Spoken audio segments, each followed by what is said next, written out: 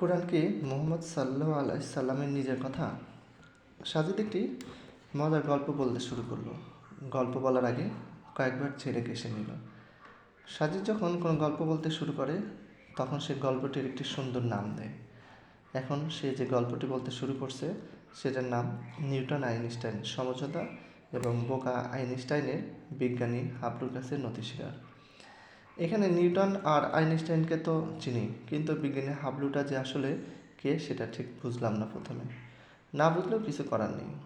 গল্প শুরু না হলে সাজিদকে এই নিয়ে প্রশ্ন করাও যাবে না। এটা তার গল্প ক্লাসের প্রাথমিক শর্ত। শুধু যে এটা বুঝিনি তা নয়, আরেকটি ব্যাপারও বুঝলাম না। গল্পের নামে বলা হলো নিউটন আইনস্টাইনের সমঝোতা। বিজ্ঞানী নিউটনের সাথে তো বিজ্ঞানী আইনস্টাইনের কোনোদিন সাক্ষাৎ হলো না। দুজন সম্পূর্ণ দুই প্রজন্মের। তাদের মধ্যে তাহলে সমঝোতায় বা হলো কীভাবে? মনের মধ্যে প্রশ্ন দুটো উসখুস করছিল। না পারছি চেপে রাখতে, না পারছি উগড়ে দিতে। সাজিদ গল্প বলা শুরু করল। সাজিদের গল্প ক্লাসে উপস্থিত আছে আমি, রাব্বি, রোহান, মোস্তফা আর সবুজ। আমাদের মধ্যে রোহান নাস্তিক টাইপের, পুরোপুরি নাস্তিক নয়, অ্যাগনস্টিক বলা যেতে পারে। তার ধারণা মুহাম্মদ সাল্লাল্লাহু আলাইহি ওয়াসাল্লাম নিজের কথাগুলোকে ঈশ্বরের বাণী বলে চালিয়ে দিয়েছে। যা হোক, আজ কোরআনের বিশুদ্ধতা প্রমাণের জন্য তারা বসেনি, গল্প শুনতে বসেছে। এই সপ্তাহে সাজিদ গল্প বলবে, এর পরের সপ্তাহে আরেকজন, তারপরের সপ্তাহে আরেকজন, এভাবে সাজিদ বলতে শুরু করলো। আজকে বলবো মহাকাশ নিয়ে গল্প। মহাকাশ নিয়ে বলার আগে বলে নিই, তখনও অ্যাস্ট্রোনমি তথা জ্যোতির্বিদ্যা পদার্থবিদ্যার আওতাভুক্ত হয়নি। অন্তত মহাকাশ নিয়ে বাঘা বাঘা বিজ্ঞানীদের মধ্যে ছিল ব্যাপক রকম মতপার্থক্য। এই জিনিসটা পদার্থবিদ্যার আওতায় আসার আগে এটা ফিলোসফির বিষয় ছিল। কারো ধারণা ছিল মহাকাশ অসীম, মানে মহাকাশে কোনো শেষ নেই। কারো ধারণা ছিল মহাকাশ অসীম নয়, মহাকাশ সসীম। এটি একটি নির্দিষ্ট জায়গার মধ্যে সীমাবদ্ধ।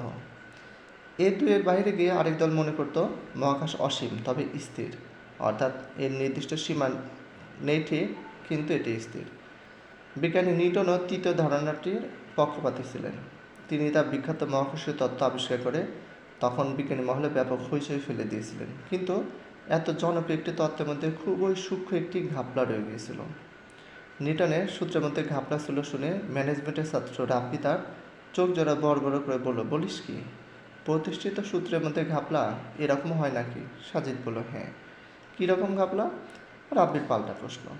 সাজিদ বলল, নিউটনের সূত্র মতে মহাকাশের বস্তুগুলো একে অপরকে নিজের দিকে আকর্ষণ করে, কিন্তু ঘাপলা হচ্ছে যদি এমনটি হয় তাহলে মহাশূন্যের বস্তুগুলো নির্দিষ্ট একটি পয়েন্টে এসে মিলিত হয়ে ধ্বংস হয়ে যাওয়ার কথা। এমনটি হয় না কেন? সমাজতত্ত্বের ছাত্র সবুজ বলল, তাই তো, নিউটনের কি ব্যাখ্যা দিয়েছে? সাজিদ বলল, নিউটনের কাছে এর কোনো ব্যাখ্যা ছিল না। এই ব্যাপারটা পরে ক্লিয়ার করেছেন বিজ্ঞানী আইনস্টাইন। তার বিখ্যাত থিওরি অফ রিলেটিভিটি দিয়ে আইনস্টাইন নিউটনের অমীমাংসিত প্রশ্নের সমাধানে বলেছেন, এরকম হতো যদি টাইম আর স্পেস শাশ্বত বা পরম হতো, কিন্তু টাইম আর স্পেস কখনোই পরম নয়।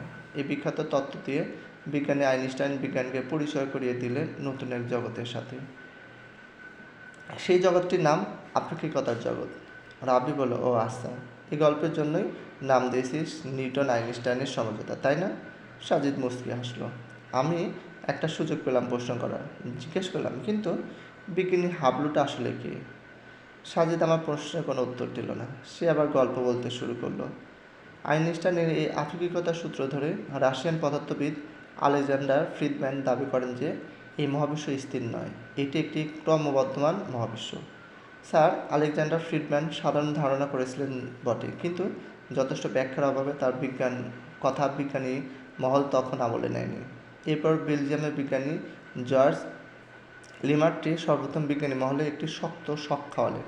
তিনি বললেন, এই মহাবিশ্ব একটি ক্ষুদ্র পরমাণু কণা, যাকে সুপার অ্যাটম বলা হয়, এই বিস্ফোরণের মাধ্যমে সৃষ্টি হয়েছে। এবং রাশিয়ার বিজ্ঞানী স্যার আলেকজান্ডার ফ্রিডম্যানের সাথে সুর মিলিয়ে বললেন, মহাবিশ্ব স্থির নয়, এটি ক্রমাগত সম্প্রসারিত হতে চলেছে। বলা বাহুল্য, জর্জ লিমার্টি এর এসব দাবিরও ভিত্তি ছিল আইনস্টাইনের আপেক্ষিকতার সেই সূত্র। মোস্তফা জিজ্ঞেস করল, জর্জ লিমার্টি কি এটি কি আমাদের সেই বিগ ব্যাং থিওরি? সাজিদ বলল, হ্যাঁ, এটি বিগ ব্যাং থিওরি, কিন্তু মজার ব্যাপার কি জানিস, বিজ্ঞানী জর্জ লিমার্ট্রি আইনস্টাইনের সূত্রকে ভিত্তি করে এই দাবি করলেও আইনস্টাইন নিজেই জর্জ লিমার্ট্রির এই দাবিকে নাকচ করে দেয়। রাবি বলল, বলিস কি, কেন? সাজিদ বলল, কারণ মহাবিশ্ব সম্প্রসারিত হচ্ছে, এটা আইনস্টাইন মেনে নিতে পারেনি। তিনি বললেন, লিমার্ট্রি তার ব্যাখ্যাতে ম্যাথমেটিক্যালি প্রচুর ভুল করেছে। আইনস্টাইন আরও বলেন, মহাবিশ্ব অসীম হলেও এটি সম্প্রসারিত হচ্ছে, এটি ভুল ব্যাখ্যা। সে যাই হোক, এই হলো বিজ্ঞানীদের মধ্যে আর্গুমেন্ট। কিন্তু তাদের এই ডিবেটে না জড়িয়ে আমেরিকান জ্যোতির্বিজ্ঞানী এডউইন হাবল বিজ্ঞানী মহলে একটি বোমা ফাটালেন।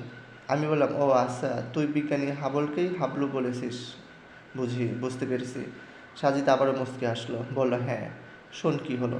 1920 সালে বিজ্ঞানী এডউইন হাবল ওরফে বিজ্ঞানী হাবলু একটি টেলিস্কোপ আবিষ্কার করে ফেললেন। এটি রাতারাতি পাল্টে দিল তখনকার জ্যোতির্বিজ্ঞান জগৎকে।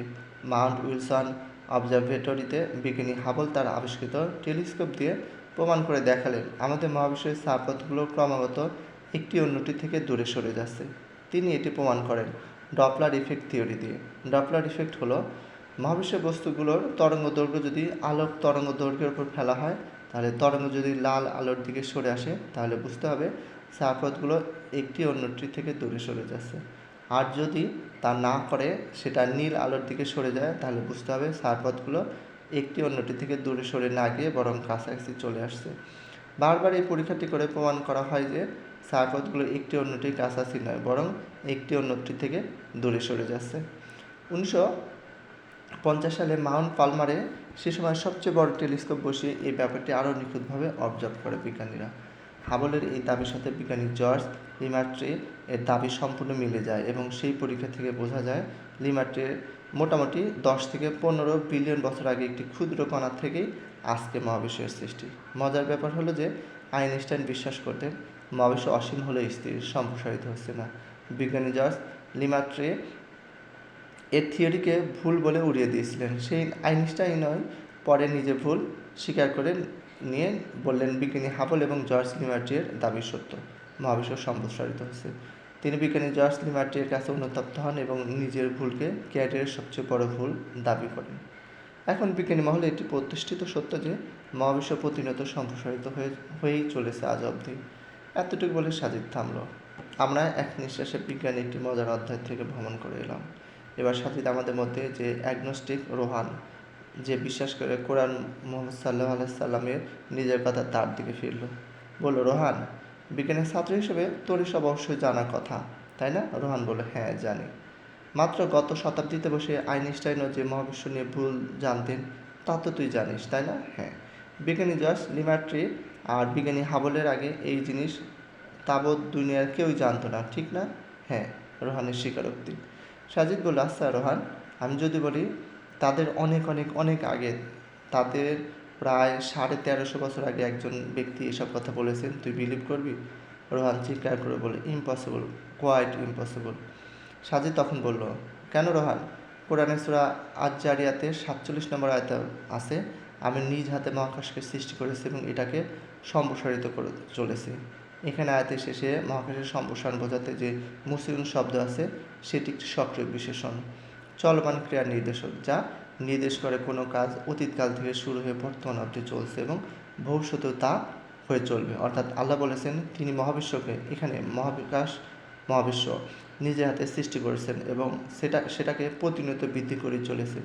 ঠিক এই কথাগুলোই বিজ্ঞানী জর্জ লিমার্ট্রি এবং বিজ্ঞানী হাবল আমাদের গত শতাব্দীতে জানিয়েছেন।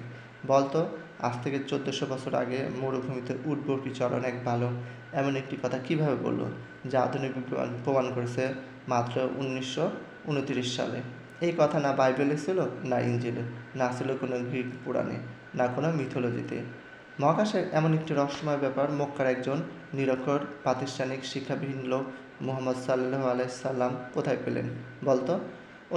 অন্যান্য সময় হলে রোহান বলতো মুহাম্মদ বাইবেল থেকে চুরি করেছে, নয়তো বলতো কোনো গ্রিক পুরাণ থেকে মেরে দিয়েছে। কিন্তু সাজিদের বিস্তারিত গল্প শোনার পর তার এই দাবি যে ধোপে টিকবে না, সে সেটা বুঝতে পারল। সাজিদ বলল, এটা কি নিরক্ষর মুহাম্মদ সাল্লাল্লাহু আলাইহি সাল্লামের দ্বারা সম্ভব যদি কোনো ঐশ্বরিক হস্তক্ষেপ তাতে না থাকে? রোহান মাথা নিচু করে বলল, না। সাজিদ বলল, তাহলে প্রমাণ হলো কোরআন মুহাম্মদ সাল্লাল্লাহু আলাইহি ওয়াসাল্লামের লেখা নয়, এটি একটি ঐশ্বরিক কিতাব যা নাজিল হয়েছে মুহাম্মদ সাল্লাল্লাহু আলাইহি ওয়াসাল্লামের উপর। রোহান কিছু বলল না, তাকে কিছুটা চিন্তিত দেখালো। সম্ভবত সে বুঝতে পেরেছে যে চোরের 10 দিন, গৃহস্থের 1 দিন।